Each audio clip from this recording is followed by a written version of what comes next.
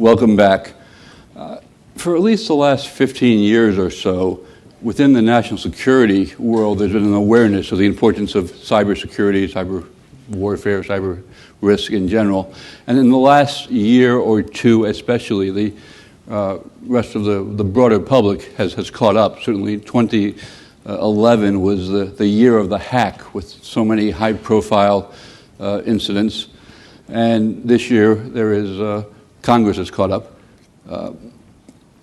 There are a number of pieces of legislation under active consideration. Some will be on the floor of the House in April, and the Senate probably in May. So it's a great time to gather this distinguished panel to look at some of the issues around the proposed legislation and in general. I'll do introductions. There are, in the online invite to this, which you probably all received, there are links to extended bios of all of the speakers from this morning and this afternoon. But I'll go right down the room here. Matthew Eggers is a senior director in the National Security and Emergency Preparedness Department of the U.S. Chamber of Commerce. He leads the Chamber's Cybersecurity Working Group, which focuses on advocating the Chamber's cyber policies before Congress and the administration. Next to him is Sharon Bradford Franklin. She's senior counsel at the Constitution Project. She works principally with the project's bipartisan Liberty and Security Committee, seeking to protect American civil liberties as well as our nation's security post 9/11. Most recently, she worked with the committee to develop its recommendations for the implementation of a comprehensive and constitutional cybersecurity policy. Jamil Jaffer is senior counsel for the House Permanent Select Committee on Intelligence and an adjunct professor of law at George Mason University. Before then, he served as associate counsel to the president, assistant attorney general in the National Security Division, and counsel in the Justice Department's Office of Legal Policy. Mike Vadas was one of the really first people in public life to wrap his mind around some of these issues. He's now a partner at Steptoe & Johnson in the New York office, where his practice focuses on internet, e-commerce, privacy, data security issues.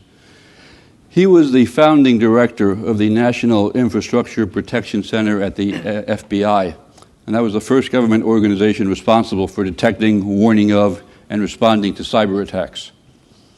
Before that, he was Associate Deputy Attorney General for National Security Matters, and in that capacity, he helped lead the development of the nation's first policies regarding cybersecurity and critical infrastructure protection. So thank you all for participating today, and thank you all for sharing your afternoon with us. So there are various acts in play right now. The Cybersecurity Act of 2012, the Secure IT Act, the Cyber Intelligence Sharing and Protection Act, the Precise Act. Some have acronyms, others don't. But very broadly, let's start with the basics. What is it that these acts are designed? What's the threat they're designed to address? What's the scope and nature of it? And I just we're not going to do a series of talks. This will all be hopefully a roundtable format. But I'll first ask Mike to address that question. What is it we're trying to protect against? Well, there's a broad range of cyber threats that stem from, on the low-level side, what used to be called script kiddies, hackers who hack for fun, like to prove their skills, all the way up to nation-state actors who pose a severe threat to our national security because of their ability to penetrate our networks and steal valuable defense information or technology information that they can use to catch up with us economically. And in between, you have groups that call themselves hacktivists or open government types, like WikiLeaks, that can publish information that can also be very damaging to our diplomatic relations, as has recently been demonstrated. Organized criminal groups that steal millions of credit cards and can also engage in identity theft that affect us on an individual basis. And so that's part of the range of threats. And I used to talk about this range back in the 90s when I was in government dealing with this issue. And a lot of the response I got back then was, this is really all just about the annoyance end of the spectrum, the script kiddies. This is not a real national security threat. You don't hear that anymore, I think, because there's much more of a recognition now that this is a national security issue. There are differences of opinion, as I'm sure you'll hear today, about what we should do about this national security aspect of the problem. But I think there's general consensus that this is a true national security issue. You've all been following the news, I'm sure, and every week there seems to be a new revelation about attacks that emanate from China. It's hard to prove that it's the Chinese government that's involved, but it's not too easy. It's not too difficult to draw that conclusion given the sophistication of the penetrations and given the types of information that are being taken. And so the bills, I think, that are pending before Congress, in particular S-2105, which is the Lieberman-Collins bill, are really directed at the national security end of the spectrum. And that bill in particular is really the first one that proposes some sort of government regulation of cybersecurity across the board. We've got cybersecurity requirements under Gramm-Leach-Bliley for financial institutions and under HIPAA for health institutions, but they're sector limited, obviously, and they're also very limited in terms of what they accomplish. Lieberman-Collins is meant to address the national security end of things, and it, just in a very short summary, it would allow the Secretary of DHS to, in conjunction with industry and various sectors of the economy, to come up with performance requirements that industries that are designated to be covered critical infrastructures would have to meet. The performance requirements would be established by industry unless the industry just failed to do that, and then the Secretary could come up with his or her own. And there would be requirements that industry live up to those performance measures, and if they don't, there would eventually, after a many-stage process, there would be the potential for civil action by the Secretary to impose some sort of penalty. But again, this would be limited to covered critical infrastructures. There are dozens of ways out from under these requirements that we can get into in detail if you're interested. But this is really the first effort to address this, and I think it's because of a realization that we've been thinking about this problem now for well over a dozen years, but have really utterly failed to make any progress in dealing with it. The threat has outrun our defense efforts by miles. And if we don't do anything serious about this, we're going to face major, major problems.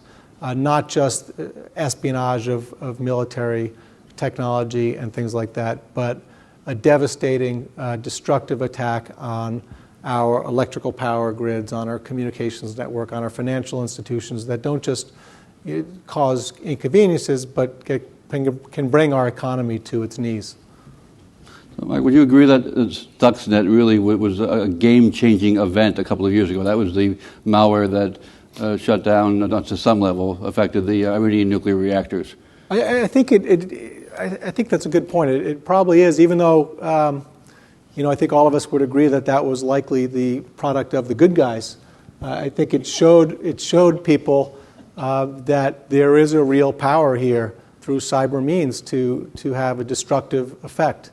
Very sophisticated attack that was able to spread around the globe, but ultimately, through various systems, but ultimately hit its target, which were specific Siemens computers that the Iranians used in their uranium enrichment facilities.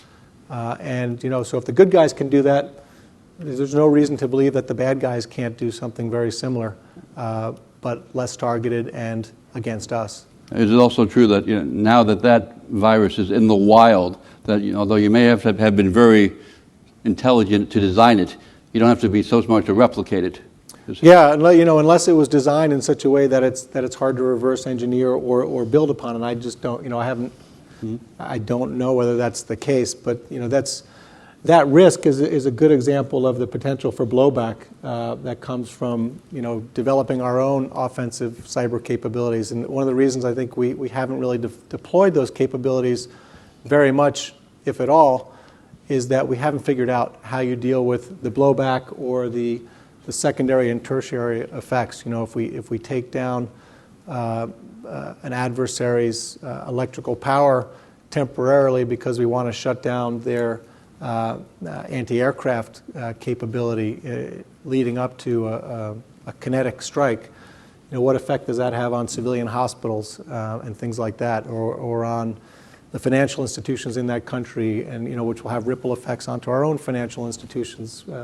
So these are a lot of the sort of problems I think that have thwarted our willingness to deploy these weapons on our own. Any thoughts from the other panelists about the nature of the threat or the responses to it? Well, I think certainly Mike is right to warn us of the threat of a catastrophic attack on our critical infrastructure. But one of the things that we also have to keep in mind is the sort of day in, day out siphoning of U.S. Intellectual property. So my boss, chairman of the House Intelligence Committee, likes to say that there are two kinds of companies left in America today: those who have been hacked and know it, and those that have been hacked and just don't know it yet. And what's happening day in, day out is that foreign companies and oftentimes foreign government actors, as Mike points out, it's hard to attribute things directly to foreign governments, but there's a lot of writing on the wall, are day in and day out stealing the very intellectual property that's at the heart of the American economy. The billions of dollars that our economy spends, that companies in our economy spend on developing new and innovative solutions, what really drives the economic engine that is America, are going right out the back door through computer systems. And that's a real problem. It's a real problem both in the near term for companies whose intellectual property has already been stolen, and it's a problem in the long term as our economy shifts more and more to a technology-based economy. And so that's a real problem. And that's a problem that's happening today, day in, day out. While your mileage may vary on when you think the big cyber attack is going to happen, and it almost certainly is going to come at some point, what you can say with complete assurance is that today billions of dollars are being stolen out of our economy as a result of the theft of intellectual property off of corporate computer systems. I might offer that I think there's a lot of agreement on the nature of the threats: national governments, terrorists or potentially terrorists, industrial spies, organized criminals, hacktivists, hackers. You've got the insider threat. All of those kinds of threats are generally well known among folks that look at this issue. I think Congress is taking a very active role in this. They've been looking at ways to address a very serious and growing problem for at least 3 years. I'll probably go into a little bit of the regulatory issue with respect to one or more of the bills in a moment, but I think you've got a number of committees on both sides looking at the best way to address this issue. I think, at least from the Chamber's perspective, we take this issue very seriously.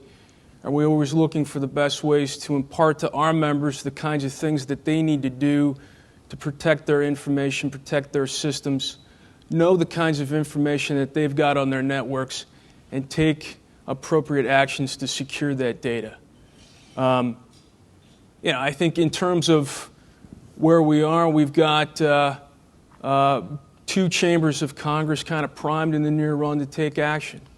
I think they're going to probably take some steps very soon to do so. At least from the Chamber's perspective, we think that the threats need to be addressed. It's just a matter of how you go about that take into consideration issues related to the right decisions and the right kinds of resources that you want to bring to bear to the problem. Sharon, anything on this?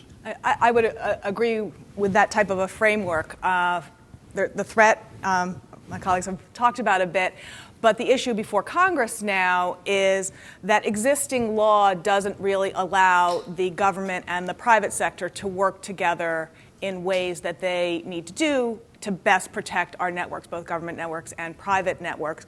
But we want to make sure we do this in a smart manner to upfront, as we're establishing these new authorities and new rules, build in the appropriate safeguards, as I'll have a chance to talk to you about a little bit more as we go forward. One of the common themes through most of the legislative proposals is the need for information sharing, government to private, private to government, private to private. And as part of that, some level of limitations of liability for private actors who do share or receive that information. Could you address those for a bit, Jamil? Sure. I think that today the government has in its hands a lot of information about the threat the nation faces, or at least particularly the threat that the government faces from cyber hackers, from foreign cyber hackers. There is no functional way today under existing law for the government to share a lot of that information, some of which is highly classified, with the private sector in a usable form. As a result, the private industry is not protected for the things the government has already protected itself against. So that's a problem. Beyond that, the government itself makes up a very small portion of the public-facing internet. And as a result, the government only knows what it sees coming at its systems. It has no idea what's attacking sort of the rest of America. Now, if corporate America were willing to share some of that information on a voluntary basis with the government could better provide more classified information back to the private sector to help it protect itself. What you don't want is the government out there collecting information about what's going up against private networks, nor do you want the government out there protecting private networks. You want the private sector to protect itself, right? But you want it to be able to do that enhanced with the information the government has. If the government can provide better information, so much the better. You also want industry to be able to talk to each other, folks in the private sector to talk to each other without fear that they're going to be prosecuted or without fear they're going to run afoul of various communications laws to protect each other in the cybersecurity realm. Right? And to share best practices, to share threat information and the like. And so what you really need is a much more robust information sharing environment, and the way to do that is to provide protection in the law to allow people to engage in that type of sharing. Right? You don't want to mandate, I think there are different views on whether you want to mandate information sharing back to the government or not. But you certainly want to promote information sharing within the private sector to the government, and certainly the government to the private sector, where the government knows about threats that are coming at it, and yet it doesn't have the capability to share that with the private sector in a usable form. So I think that's where it's at the crux of the debate, and the question is, how much do you want shared? How do you want it shared? What are the protections in place to ensure that privacy and civil liberties are protected? Right? And what are the protections in place to ensure the government doesn't misuse any information that's shared even with on a voluntary basis? And so I think those are the areas of debate. I think you'll see that all of the bills before Congress today, whether you're talking about Lieberman-Collins in the Senate, or the Senate Republicans, the McCain legislation in the Senate, or in the House, the Rogers-Ruppersberger information sharing bill, or the Lundgren bill, all of those bills share in common, I think, these three facets. Information out from the government, information on a voluntary basis back to the government, although, again, there's some variance there, and information between the private sector to better protect, to better allow people to protect their own networks. Go ahead. I might offer up, Jamil's probably just being a little bit humble in the sense that his boss's bill has got extraordinary support. I think last week it got well over 100 co-sponsors in the House. I don't know of a comparable bill that's reached that point. I think one of the things that we've been advocating, you've probably seen our maybe correspondence to the Hill and so forth, is we've said the prudent path forward is an information sharing bill just like Jamil outlined. We've been advocating, at least in the private sector for a long time, hey, we want more information from government, create a sort of a common operating picture, know more what the threats are, how we can defend our networks and so forth, and to partner better. But I think one of the things, kind of call it the trifecta of kind of protections is, as I think he outlined, is information that's voluntarily shared, and in the process of protecting your networks, you'd have protection from liability, no frivolous lawsuits, in other words. That information, that sensitive information that you entrust to government or other private sector partners would be protected from disclosure. You don't want that vulnerability out, the vulnerable information out there so people can take it, use it against your system, your entity. Lastly, members say, we want to give information to the government. We do want to be helpful. We just don't want that information coming back to bite us, let's say, in a regulatory context. That's a third key thing that bill does, provides protection from regulatory purposes. Is it true that some of the bills would penalize someone who had information stolen to a greater extent than they would penalize the people who actually did the stealing? I think some of the fines, fines contemplated in some of the statutes can be really prohibitive. Really prohibitive. I'd take a stab at it. There's a number of bills in terms of the framework. In terms of that specific provision, I'm not aware of any. I think there's provisions in there about the kinds of protections you need to take as an entity to protect information, cyber threat information that you're given or that you give. But in terms of fines, I'm not aware of anything in particular. So look, I mean, there's a robust debate in Congress about whether the government ought to regulate folks into compliance with cybersecurity, some sort of standards or laws that are set out, or whether it makes sense to simply provide the information, step aside, see what happens, and then decide whether or not to regulate.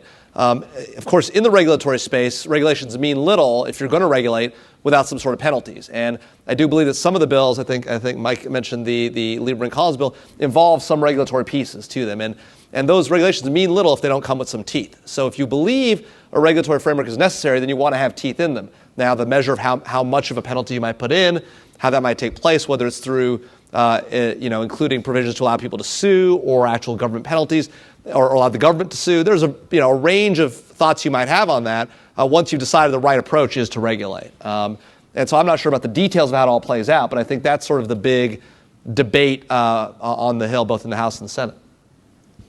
Yeah, I think that's right. That's really the crux of the issue right now. Everybody agrees on the need for information sharing. Everybody agrees that industry should have the primary responsibility for bolstering its own computer network defenses. The question is whether industry left to its own, aided by information sharing about the threats, is going to be enough to get us there. I would submit, based on our experience since 1995, that's not going to happen. Hasn't happened yet, and it's not going to happen. Information sharing has been something the government and the private sector have been working on since 95, at least, and there's a lack of information sharing. And I would also submit to you that's not because of deficiencies in the law. It's more on the government side. There's a practical issue. How do you share classified information with a large number of people in the private sector without having that information leaked to our adversaries? Especially when many of these corporations that you're sharing with are foreign owned, or at least have substantial percentage of foreign ownership. That's a practical problem, and there's no easy solution to that, but it's not a legal issue. In terms of information sharing with the government by private industry, there are perhaps some things you can do, like making sure that there's no liability, but I don't think that's the actual issue. I think the issue is more, the issue is being raised as, I think, a way of diverting us from regulation. That's my take on it, and again, it comes from the same proposals being raised in the mid to late 90s. Sharon, do you have any comment on that? So we're agnostic from a civil liberties perspective on the regulation versus not regulation issue, because that doesn't really raise the civil liberties issue. The way that Jamil framed the information sharing approach at that high level, I would agree with completely that that's appropriate. You want to make sure we have safe channels for the government to share this threat information with the private sector.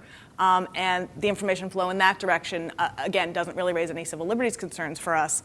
But with the information flow coming back to the government, again, that's something we want to make sure is possible and legal, but that's where we really need to build in the safeguards.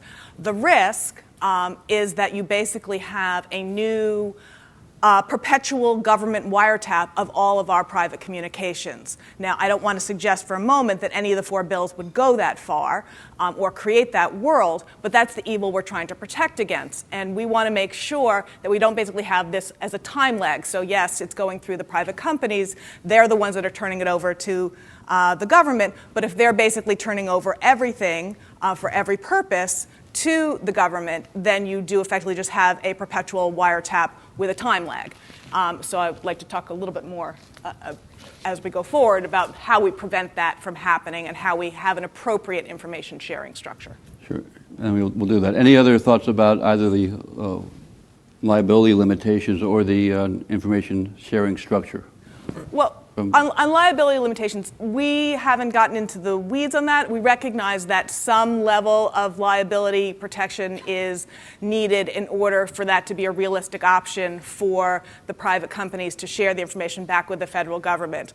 Some of my colleagues in the civil liberties world who focus on private sector more, we as the Constitution Project focus more on what the government does, have some concerns about, in some of the bills, about how broad those liability limitations may be and whether they give too much safe harbor to some of the private sector. But I have to say that that's not something we've really taken a position on.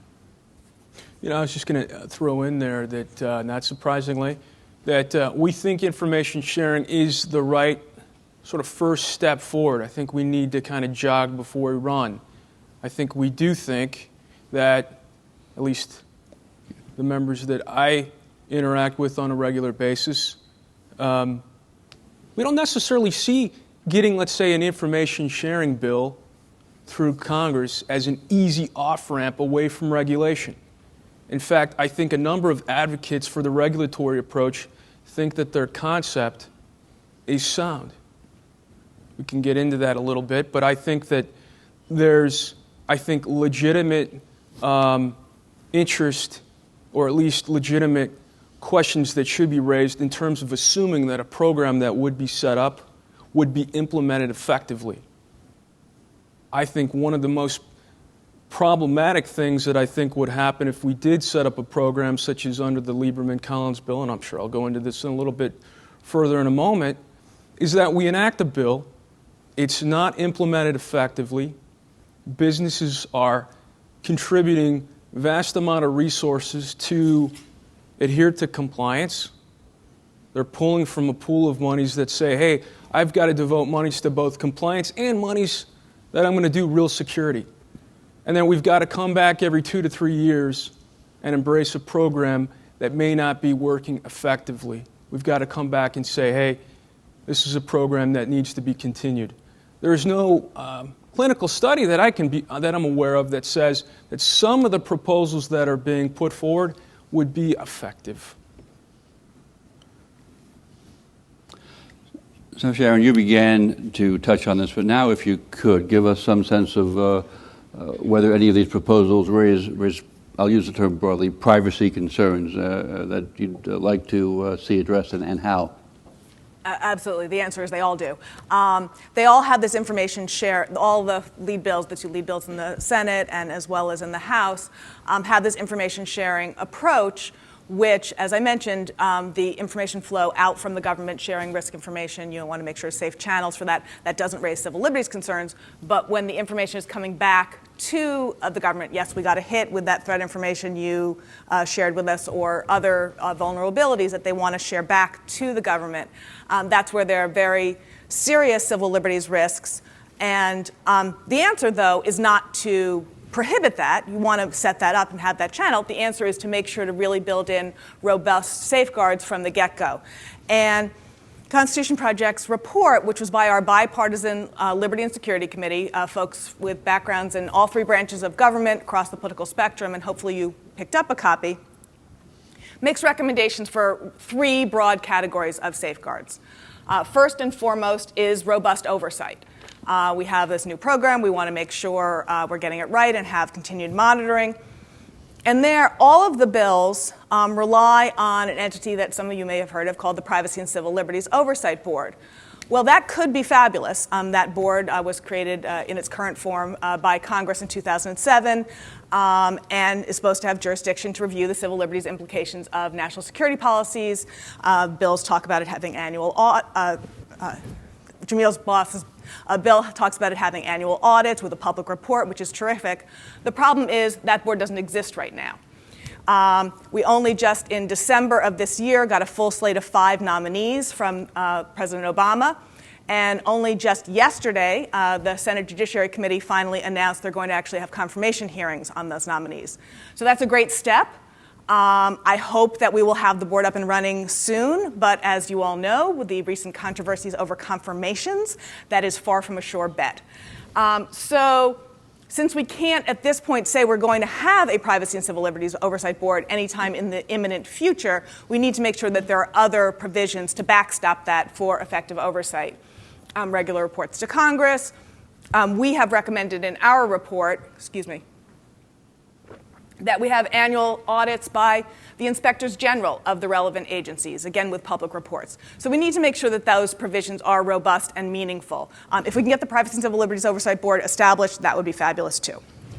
The second broad category is to have rigorous privacy safeguards. And here I'm talking about when the information is coming into the government, to the greatest extent possible, we should be keeping out the personally identifiable information about individuals. So when companies, such particularly internet service providers, are turning over information, if it's not necessary for the cybersecurity purpose or a necessary part of that cyber threat information that's being turned over, to excise that personally identifiable information, or PII. And the bills vary on how good their safeguards are for that. The Lieberman-Collins bill in the Senate is much better than the Rogers bill in the House. It requires reasonable efforts to take out the PII when it's not a necessary component of it before the information is turned over. And we don't. The House bill has a provision where you could have anonymization requested by the company turning it over, but it's not even clear if that just means, don't tell them I'm Verizon who gave you this information, rather than taking out your customer's PII, and it's not mandatory or even saying anything about reasonable efforts. The third category is to have really strict use limitations. And this is, we're establishing this broad new surveillance program where the government is going to be sweeping up all this information, admittedly coming voluntarily from the private sector. And this is something that Secretary Chertoff was talking about at the end of the Q&A a bit. We want to make sure that this is focused on the cybersecurity purpose. The whole point of this legislation is for cybersecurity. That's the use to which this information should be put.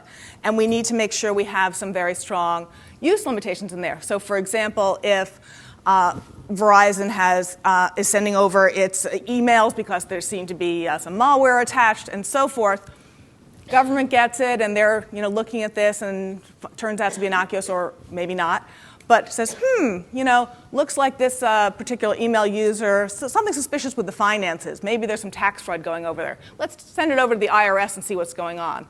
Well, in our view, that's not really appropriate. This is a cybersecurity program. So we've recommended that the information, if it's shared once the government gets it, it should be for a cybersecurity purpose. And if it's shared with law enforcement, it should be for a cyber crime. Or if it's an unrelated crime, there should be probable cause of the unrelated crime, and not for any purpose. Here, both bills are problematic. Both of the lead bills, the Lieberman-Collins and the Rogers bill, are problematic from our perspective. The House bill, Rogers bill, HR 3523, did include a manager's amendment when it was passed out of committee, which moved in the right direction. I want to give credit for that. But it still says information can be used once the federal government gets its hands on it. It can be shared as long as at least one significant purpose is cybersecurity or protection of national security. So maybe that would cut out your tax fraud example, but those are still, from our perspective, huge loopholes. I think of Secretary Chertoff's example of not wanting, you monitor the recycling program. Well, I know a lot of environmentalists have talked about, climate change and global warming is the next big national security threat. So, that's obviously an extreme example, but it's not too hard to package something to say that at least one purpose is national security or cybersecurity. So we'd like to see that narrowed. And on the Senate side, for sharing with law enforcement, again, it's a low bar. It can be shared with law enforcement if the information appears to relate to a crime which has been, is being, or is about to be committed. So that's not even your reasonable suspicion kind of standard. So those are the 3 categories of safeguards we'd like to see incorporated into these bills. So I think Sharon and I share a lot of common ground on this, and I think the chairman and the ranking member, this is the Rogers-Ruppersberger bill, I should note, jointly introduced by the chairman and ranking member of our committee, passed out of the committee on a 17-1 bipartisan vote, has over 100 bipartisan co-sponsors, so it's hardly a Republican or Rogers-only bill. But I would note, first of all, on the first point about inspector generals, we actually share the concern that Sharon has raised that there is no Privacy and Civil Liberties Oversight Board today. We did in our initial bill that was, or the chairman's bill and ranking member's bill that was introduced, had the PCLOB. At the time, as Sharon points out, only 2 people had been nominated by the administration. Interestingly, an entity that actually was stood up and functioning in the Bush administration had only had 2 nominees nominated in this administration. Now they have 5. But as a result, we accepted at committee an amendment from Mr. Thompson from California, a Democrat from California, to replace the PCLOB with the Inspector General, with an independent Inspector General review, annual report submitted to Congress, outlining a specific set of criteria that the Inspector General had to review and report to Congress on, to include issues related to privacy and civil liberties, and to include recommendations to Congress to address any concerns related to privacy and civil liberties. So I think we've checked that box in terms of the Inspector General review that Sharon and folks in the community were looking for, and we did that in committee. On the second piece of the information being shared. Well, let me jump to the third piece, which is the purpose to which information might be used. The last thing you want the federal government doing is creating a wall, right? And saying, I've got this information, but I can't share it with these other people because I'm barred from doing that, right? I mean, we learned the lesson. Mike can tell you, we've learned the lesson about that in 9/11. Right, where information was collected for intelligence purposes, couldn't be shared with law enforcement folks, and as a result, I think if you look at the 9/11 Commission report, I think it's pretty clear that there was information that could have been used by the government, but wasn't, because it wasn't shared across that transom. Even though procedures actually permitted to be shared, it wasn't shared effectively. So I think the thing you don't want to do is create a wall. At the same time, I think we recognize that Sharon's right. You don't want to just let the government sort of have a field day with this, and as a result, with information that's voluntarily shared, I wouldn't call this a surveillance program. It certainly, if it were a surveillance program, it's a pretty poor surveillance program by the government, since nobody's required to give anything back to the government, nor can the government, under our legislation, one of the amendments we adopted in committee, amendment actually recommended by the Center for Democracy and Technology, a provision that would prevent the government from tasking anybody to provide information back to it. And we actually added, the chairman and ranking member actually added an additional provision onto that, which said the government can't say to you, hey, if you don't give me information back, I won't give you any of my classified intelligence information. So the government can't do that either. It can't engage in a quid pro quo. So we put provisions, the chairman and the ranking member put provisions into this bill to address those concerns, as well as the use limitation that Sharon referred to. So we think we've tried to address a lot of these concerns about how the information is used by the government when it gets it. With respect to information when it's coming into the government, and whether you anonymize or minimize it, strip out personally identifiable information, the bill that the Sharon mentioned, the Rogers-Ruppersberger bill, does provide for authority to the private sector to anonymize or minimize the information, which is to say redact out information that is provided to the government. And remember, this is a purely voluntary regime. On the day if this bill were ever enacted by Congress and signed into law by the president, nobody has to share a single thing. And if they decide to share, they can share 2 pieces of information or no pieces of information, or a large amount of information. Nothing is required. And as a result, it makes sense to require them to decide, the industry and people who are sharing information, to decide what's anonymized and what's minimized in order to protect the privacy of their patrons, right?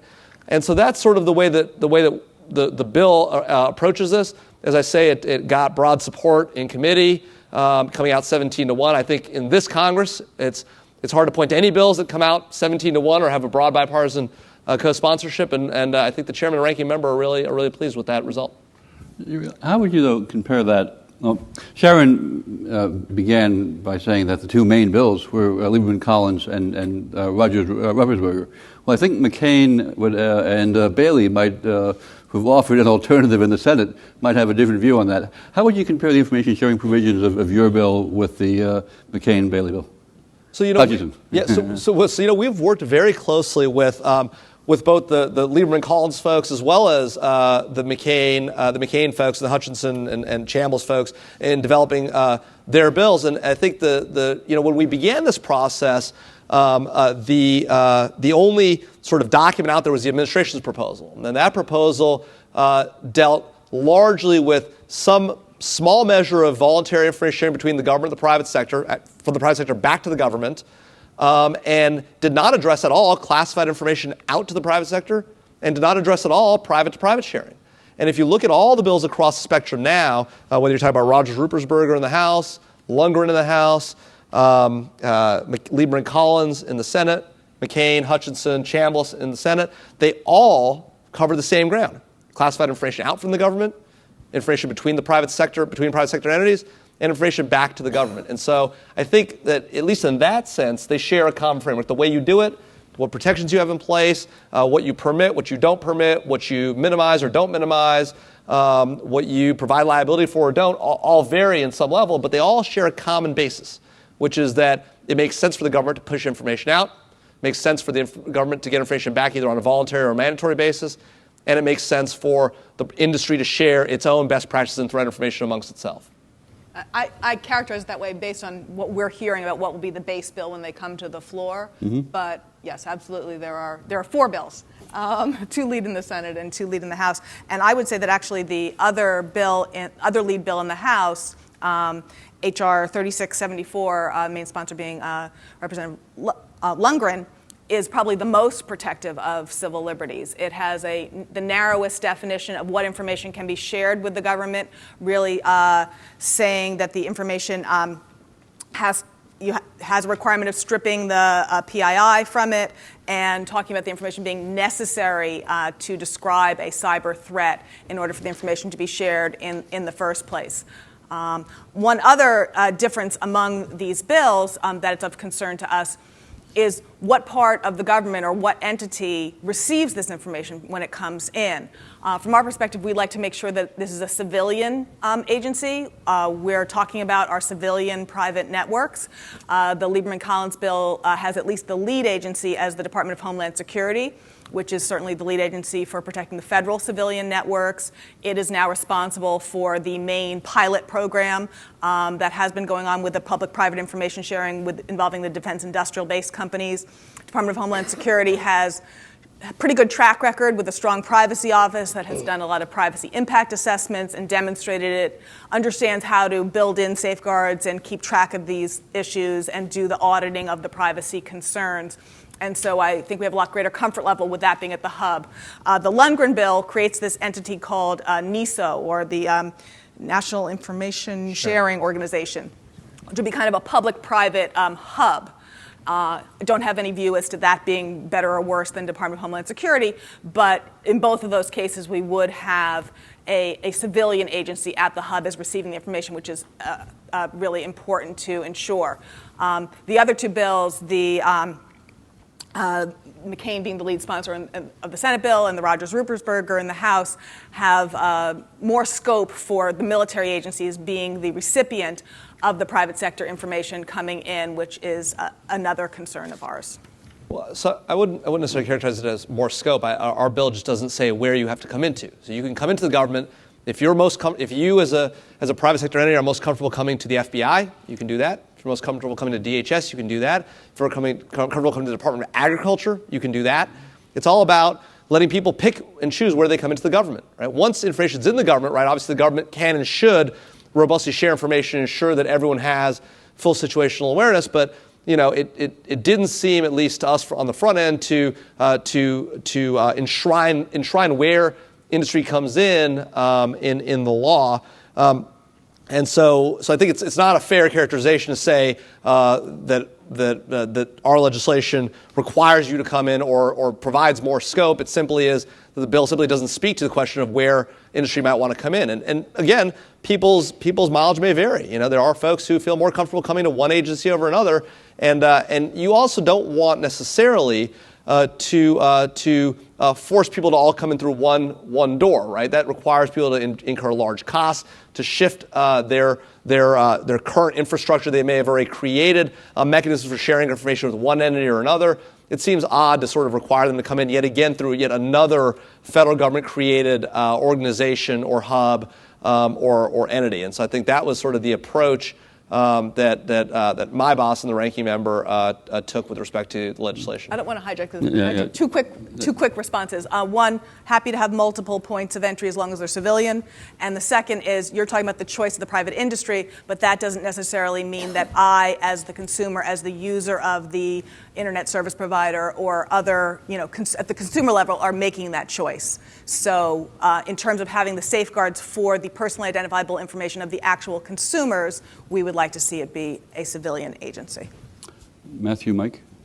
I was just going to throw in there that I think they laid out kind of the framework and the processes well. I was just going to add one of the things that we've stressed as we've looked at and assessed a number of the bills that have the information sharing components is we like the fact that, for example, the Rogers-Rupersberger bill, among others, uses existing institutions. It doesn't try to stand up anything new. I think one of the things that we hear continually from members across multiple sectors is we don't want to stand up anything new. We're going to have to duplicate existing things like information sharing and analysis centers or ISACs that have respective entities in each sector, be it banking, electric, comms, what have you, IT.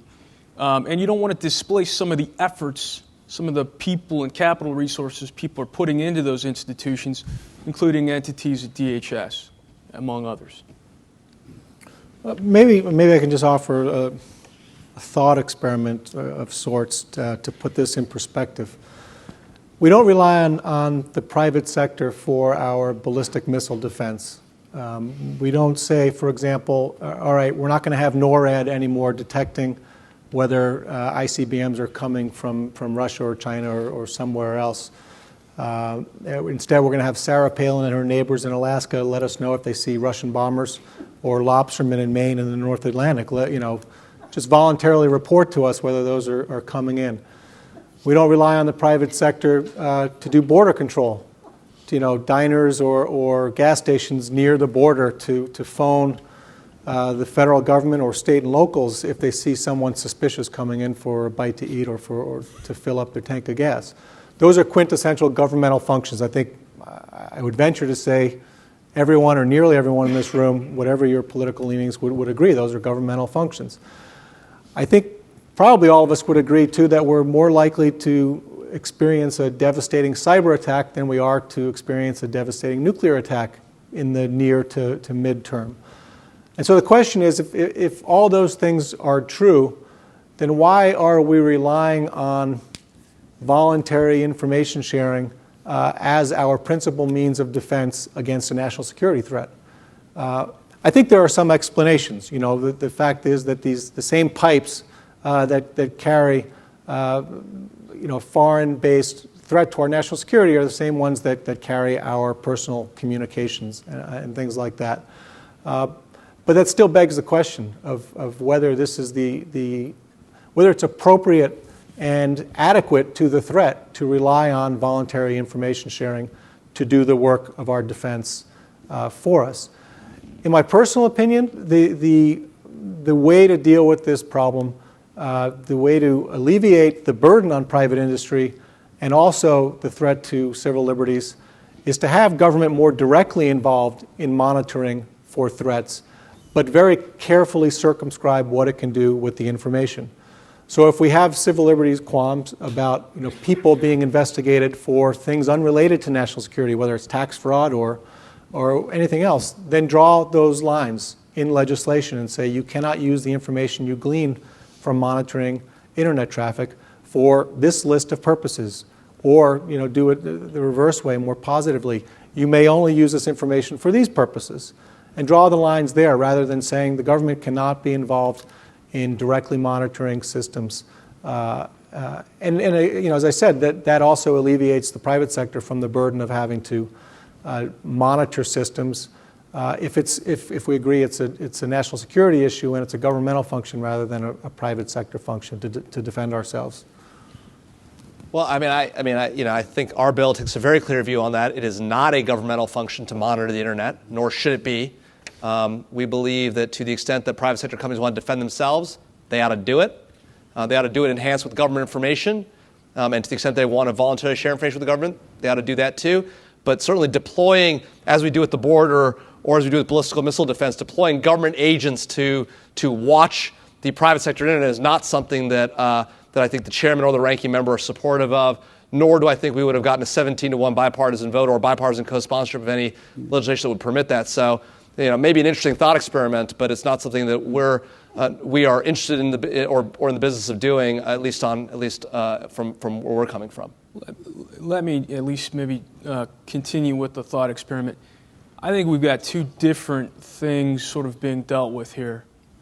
You've got a Lieberman-Collins bill that would take the kind of sector-based risk assessments that we've actually called for, but more truly along the lines of a collaborative way, and then having a alternative approach that would have, let's say, an entity of government, DOD, NSA, some agency or department such as that, have a more direct role. Now let me put out there that Chamber doesn't have a policy on what role NSA, DOD should play. But let's be clear, there are two different things going on here. One, with Lieberman-Collins, you need to comply with certain performance requirements. And a number of costs and trade-offs come with that. There's another issue with respect to having more assistance, if you will, from entities in government. That's an entirely different issue. Yeah, well, let's sort of shift into that regulatory discussion. And I'm going to ask the question a little provocatively. Broadly, a couple of years ago, the government asked folks in the energy sector, the companies, to identify their critical assets. And to a surprising degree, the answer that came back was, we don't have any. It took a Cambridge University graduate student to map out 10,000 industrial control systems that were accessible through the public internet last May, to maybe get some folks to rethink that. And so some would say that because it's not a profit, because utilities, for example, are profit-making enterprises, and there's not it's expensive to do cybersecurity, to do it right, that private industry is just failing to do what it has to do, and therefore a broader, more robust regulatory structure is necessary. I can see Matt fuming as I say that, so go ahead. I hear that line of argument is not new to me. No, I don't think the private sector is failing. I think that entities within the private sector were initially stood up to kind of defeat cyber attacks from foreign entities, well-resourced industrial spies, organized crime, hacktivists. Heck, the government has breaches of its defenses, its networks. The best of the best out there are getting hacked, having data exfiltrated, private sector and government. We all share the same problem. The main point is, what are we going to do about it that actually helps?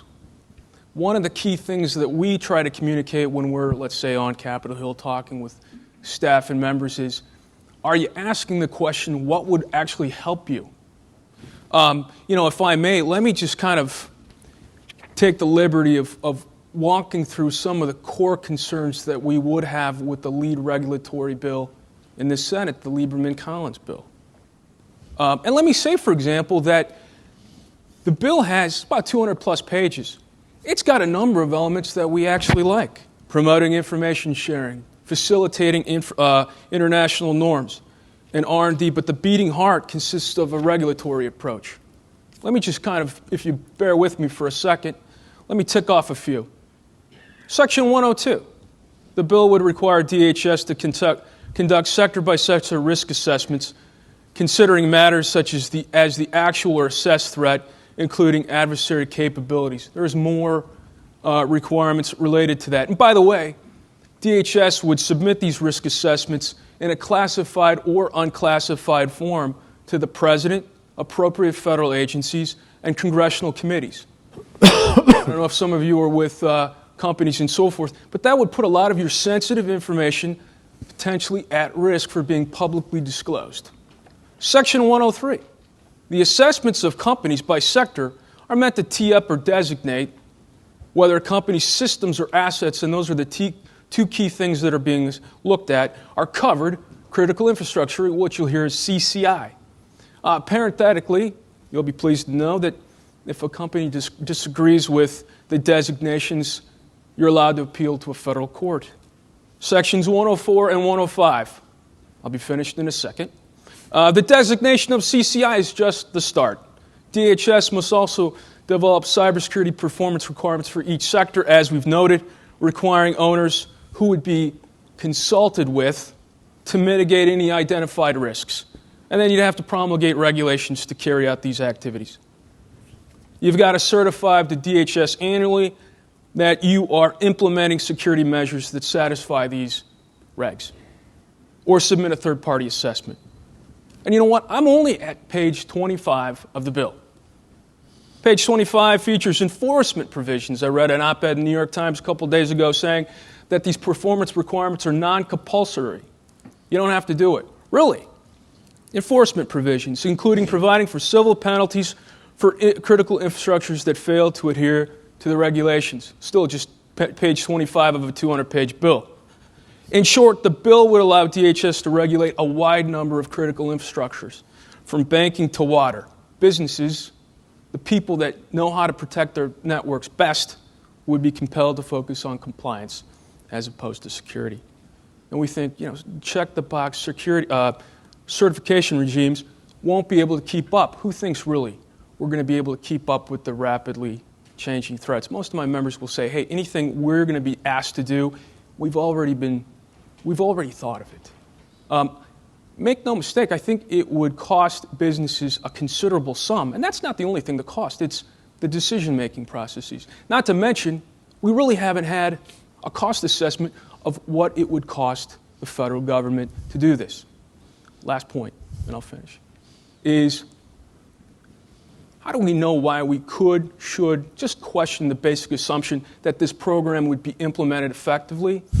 Well, one of the other issues I handle is the Chemical Security Program, also known as CFATS. The program's been in existence for a number of years. Many millions of dollars have been devoted to that program. Not a single site security plan has been approved.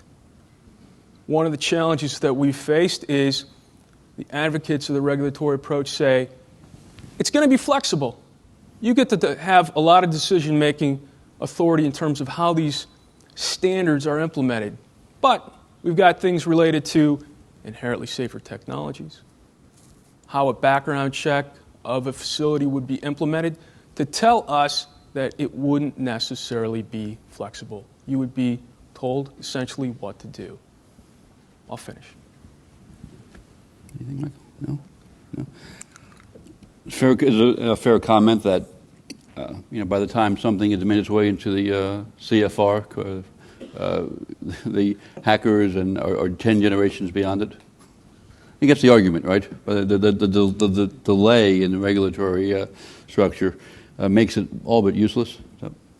I don't think that's necessarily fair with respect to Lieberman-Collins, because it sets performance requirements. It doesn't say what technology you're supposed to use. In fact, it specifically says that the performance requirements and the regulation can't specify particular technologies, and it's up to industry to develop the means by which it will comply with the performance requirements. Now, I think it is a fair question to ask, what is a performance requirement? How do you define a performance requirement? And I don't believe the legislation speaks to that. So there's a lot of there's a lot of discretion. It's a big open question about what is a performance requirement. How specific will it be? Let me just throw out there that the program, the chemical security program, and I'm not just criticizing the program to have fun or to take shots at the program or the department, because I think they're doing their best to implement it. I think we're just trying to basically raise a legitimate question. Yes, with the CFATS program too, you're allowed to have flexibility in meeting those performance requirements. But when Congress comes back in to reauthorize that program, what do they try to do? They try to come back in there with provisions related to saying, covered facilities, you must use this process or procedure.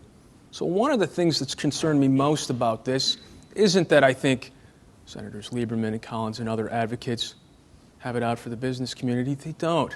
What we're concerned about is that you create this program, and then after it's established, you can come in after the fact and inject things in there that would be very prescriptive and not helpful. And I come back to the point. I know people want to do things, but are they asking the questions to business, what would help you? So, in the Intelligence Committee, we have the benefit of not having to sort of get involved in the regulatory debate, whether to regulate or not regulate. The focus of the chairman and the ranking member's bill is very narrow. And whether you regulate or don't regulate might be dependent upon your view of whether or not there is a market failure.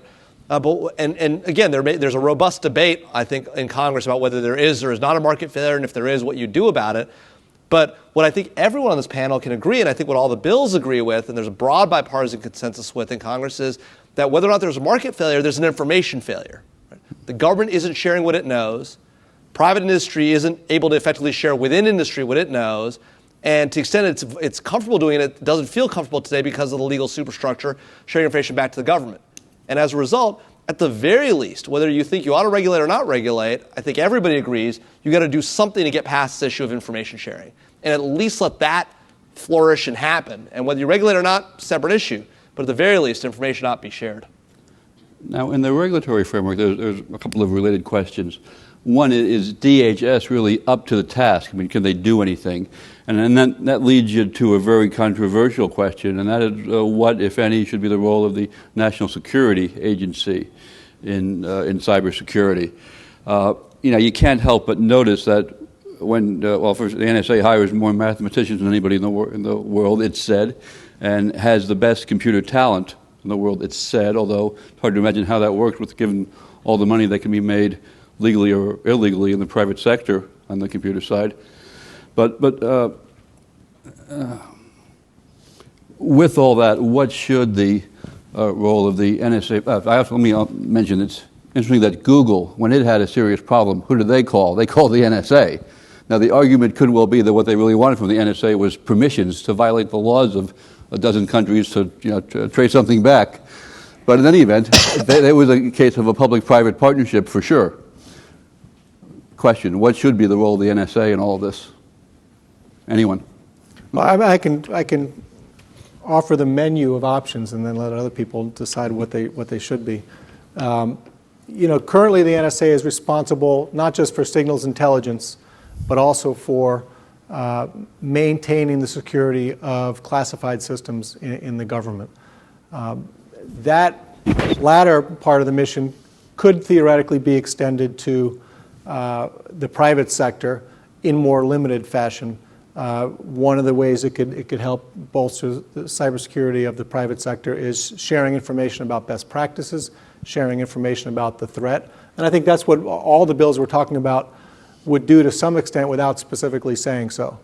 I mean, where would the information from the government be coming from? A lot of it would be coming from NSA, even if it's not coming directly from NSA, because the NSA, through its dual-hatted mission, does have a lot of the best information, not all of it, but a lot of the best information about the threat and about what sorts of means can be used to thwart the threats.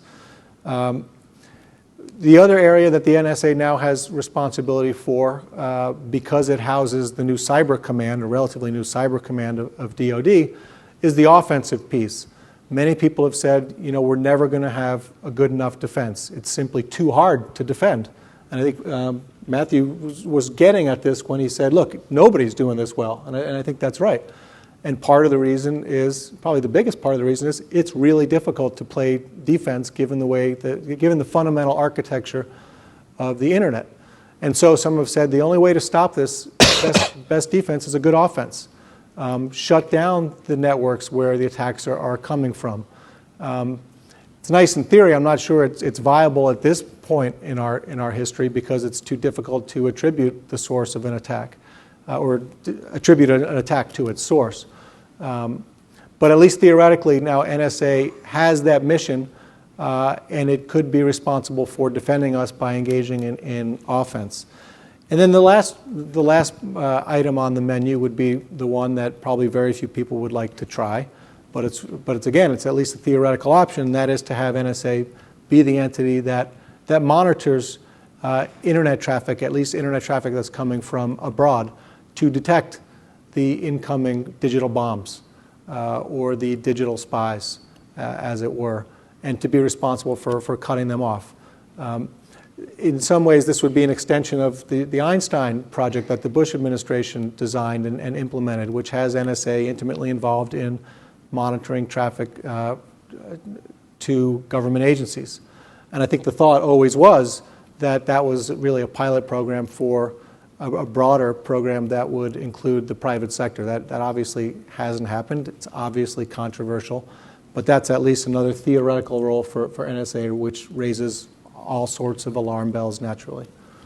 I was just going to say, let me put in a plug for DHS and the National Infrastructure Protection Plan, or the partnership. I think one of the things that goes missing in this is one of the proposals that we advocated to Congress is that, we've got that sector-based framework, about 18 sectors. I think it's sort of outlined in the paper that maybe's out front. Is we need to leverage that more. I think one of the things that would be harmed by elements of the legislation is you would have government being the regulator, not the partner. And I think we need to do as much as we can to make those processes work. I think we're trying to do that. Some of the legislation tries to do that. So just a plug for the NIP. And then in terms of the NSA, I guess and then add to parenthetically, our members tell us all the time, we need all those different agencies. Michael's former employer, FBI, we need them. We need all the different Secret Service, all the different entities out there to work with us to help us, back and forth. And in terms of the role of the NSA, again, no formal policy position here. We're thinking through these things just like everyone else is. But my sense is, my constituency at the Chamber, we've got hundreds, thousands of members. Some would probably embrace the role that Michael just outlined, a more active role. Some would be very much against it. And I think the current discussion, as you've seen in the press, as well as in, let's say, documents like the House Republican Task Force report, I think it's page 15, lists a page of questions that need to be asked. We're nowhere near getting to the point where we can kind of walk through those things and have good, easy answers. But I think that's one of the next frontiers that we're getting to. I think the current environment that we're in is, are we going to regulate or not? What are we going to do to help business? How are we going to improve government's handling of cyber threats? So the next frontier is, what kind of role do entities within government play? The other thing is, what are we going to do internationally in terms of developing norms? Those are kind of the two frontiers that we don't really get to in the current legislation because they're tricky. I think we're going to push them off until maybe a Congress or two from now, if we get to them. So I would agree that the first purpose that Michael outlined for NSA would be appropriate and helpful. Having the NSA share the threat information that they become aware of with the private sector so the private sector can protect itself, and that the bill is setting up that leg of the information sharing to make safe channels for that to happen is fully appropriate and very helpful.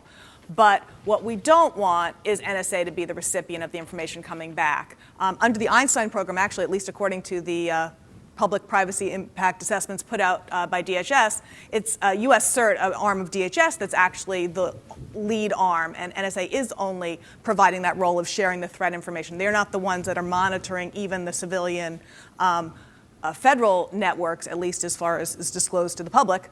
And NSA, this is an oversimplification, but you all remember the NSA warrantless wiretapping program. That's them.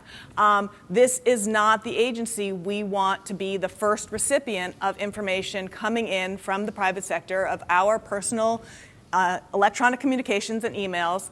A civilian agency should be in that role.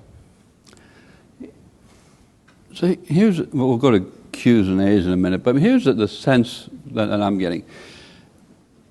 For the most part, people who've actually had responsibility for security in government, from whatever party, are in favor of a fairly robust regulatory structure. Michael, I know, is. Bill Lynn, who just stepped down as Deputy Secretary of Defense, an old classmate of mine, is in favor of the robust regulatory structure. On the Republican side, Secretary Chertoff, Michael Hayden. It's a pretty comprehensive list. Now, arrayed against them seems to be everybody else. There are business interests raising legitimate concerns about regulation. There are privacy organizations concerned about civil liberties. There's what I'd call the black helicopter crowd, which is there's no one from that on this panel, but they're far to the left of Sharon. I mean, they think that everything the government Or right. It's a circle. It's a circle. Actually, you're right about that. They think that everything the government does is an attempt to learn every secret thought that everybody has, so then we can all then be arrested for insurrection. It's a pretty formidable array. Yet we know someday we're going to have a swath of the Southwest looking like Katrina after New Orleans after Katrina. There'll be some outage, some attack. How do we get out of this? How do we move forward on this? Any thoughts? I hate to be the pessimist, but we're not going to get out of it until there's a devastating attack. 9/11 woke a lot of people up woke everybody up to the seriousness of the terrorist threat. The Patriot Act, as controversial as it was even after 9/11, all of those provisions were on the shelf at the Justice Department, developed during the Clinton administration. Those ideas weren't new. They didn't suddenly come to fruition between September 11th, 2001 and mid-October or early October once the legislation was there. That only happens when the stuff's already in the can on the shelf waiting for someone to open it up. And so I think it tends to be the case in a democracy under a constitution that is purposely designed so that government moves slowly and cautiously and deliberately. We're going to have to experience the devastating attack before we take controversial steps. I wish that weren't the case. I've been urging stronger action. Many people have, as you've said, for a long time, but I'm not optimistic we're going to get where we need to be until we already feel the pain in a big way.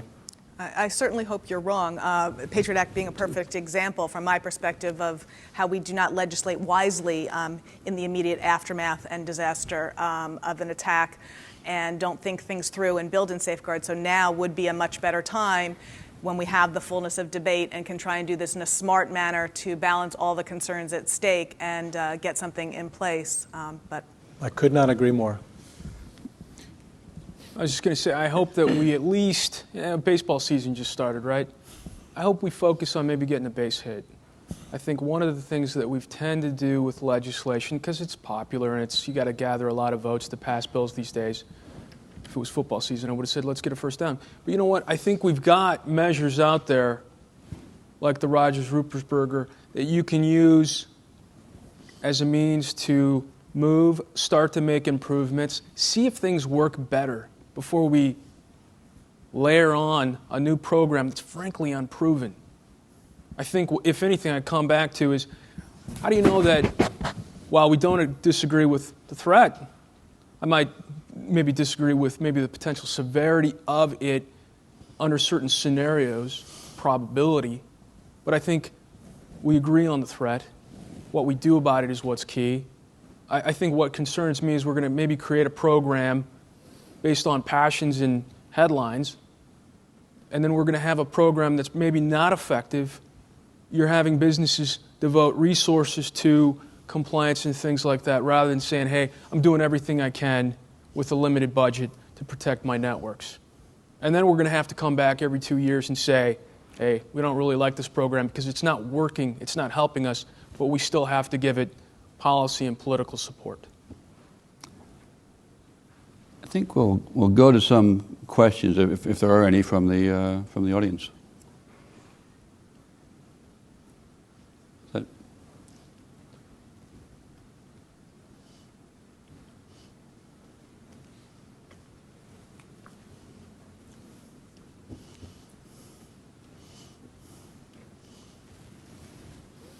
Good afternoon. My name is Dan Frank. I'm with the law firm Sutherland, Asbill, and Brennan. And this sort of, the last question and answer sort of touched upon this, but I'll recast it as a little bit differently. One of the provisions in prior cybersecurity legislative proposals in prior sessions, but I don't think is in any of the current proposals that have been talked about today, is a provision that in emergency situations, however defined, however declared by the president or his designee, sector-specific agencies would have additional authorities to take command, take charge, take control, coordinate, however you want to call it. They're all additional authorities. I'd be interested in the views of the panelists about whether such a provision would be desirable, what some of the potential pitfalls are, and what are the chances of that kind of provision finding its way into any of the current proposals. Are you talking about what was called the kill switch? Yeah. I don't know if that's... Okay, well, that was a term which may show a perspective on it, that there were authorities basically for the president to shut down the internet. Now, that's obviously an oversimplification, and whether the president would have the technological capability to shut down the internet is a huge question, of course. But there were authorities for... there were provisions for that kind of authority before. Yeah, I think that's how it got interpreted. We are very glad that that is not in there now, that we don't want to see that level of executive power, want to promote the free flow of the internet, and much more comfortable with the information sharing approach encapsulated in the current bills. I was just going to say, I think that's right. I think that the kill switch sort of provision, that's gone from the Lieberman. I was just kind of flipping through a little bit of the bill here just to try to find it. I think the general reaction was that provision assumes that that program would be enacted. I think, if anything, in some of the initial feedback I think we gave committee staff is that kind of provision should be scoped. It shouldn't be something that should have a sort of an end date. And I think some of the language in there has provisions in about having to go back to Congress and get authority to continue sort of an emergency action beyond a certain period of time. All right, thank you. Yeah, Sam Wright, I'm a retired Navy JAG and attorney. In this information sharing, do these bills include maybe a new exemption in the Freedom of Information Act? I tell the government, well, this is what we lost, and this is how we think they got around our safeguards, and then the People's Liberation Army Legal Department is making daily FOIA requests, and they get that information. And even if it's exempt from disclosure, that doesn't keep the government from disclosing. I think the Supreme Court's held that FOIA is a release statute. It's not a hold back statute. So even if the government has the right to not disclose something under FOIA, there's no cause of action if they disclose it anyway. They all do include new FOIA exemptions. I can tell you that my colleagues that I work with on coalitions on open government issues, who take a slightly different view of FOIA than you do, are concerned that these are overbroad. This hasn't been our focus. From our perspective, what we would like to make sure is that the new FOIA exemption isn't basically so that if information was otherwise available under FOIA, because you disclosed it to some other agency under some other program, you couldn't say, oh, now I turned it over through the cybersecurity program, so now it can't become available. So that you want to make sure that the information does flow for the cybersecurity purpose, but that shouldn't be a backdoor way to get out of other FOIA obligations, would be our concern. But I know that the open government groups who promote openness through FOIA believe that the existing provisions in, I think, all of the bills are overly protective, keep the information back too much, but they all do have them. To my knowledge, all the bills have them. I think that's one of the key, when I think of about 2 or 3 provisions each bill kind of has to have. Rogers-Rupersberger's, I think, considers information that's voluntary shared. It's exempt from FOIA. It's considered proprietary information. I mean, if you are sending to DHS, another agency, sensitive information where, I don't know, let's say your general counsels were very reluctant that you shared in the first place, you want to make sure that that information is protected.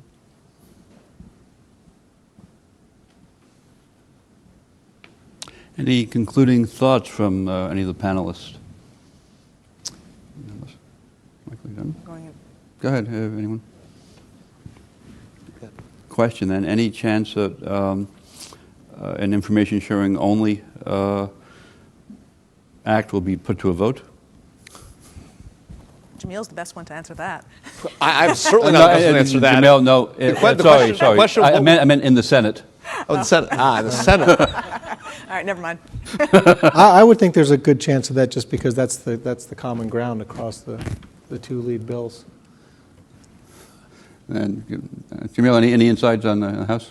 I mean, certainly I'm not the best person to speak to that. I mean, that's a question well above my pay grade. I mean, significantly above my pay grade. So I think there's a lot of discussion about what might be done in the House as well as what might be done in the Senate, and I think that's still very much an open question. I was just going to offer, I think the only sort of freestanding information sharing bill is the Feinstein bill, S-2102, I believe. That bill is also embedded in the Lieberman-Collins bill. The Secure IT Act, the McCain-Hutchison bill, has an information sharing bill, one of its kind of 4 key provisions. So I don't necessarily see an information sharing only bill, let's say, passing the Senate, maybe moving to conference. Chamber would not be opposed to seeing the Rogers bill move in the House. We've said that. We're going to probably say it again soon. What I do think will happen is there will be other committees, a few, maybe more, that contribute pieces to that. But I think there's a strong chance that something will move, at least in both chambers. Whether or not we get to conference and something comes out of that and gets to the president's desk, I think is an entirely different question. Yeah. So with that, I'll thank this panel for its help today, its time and thoughts.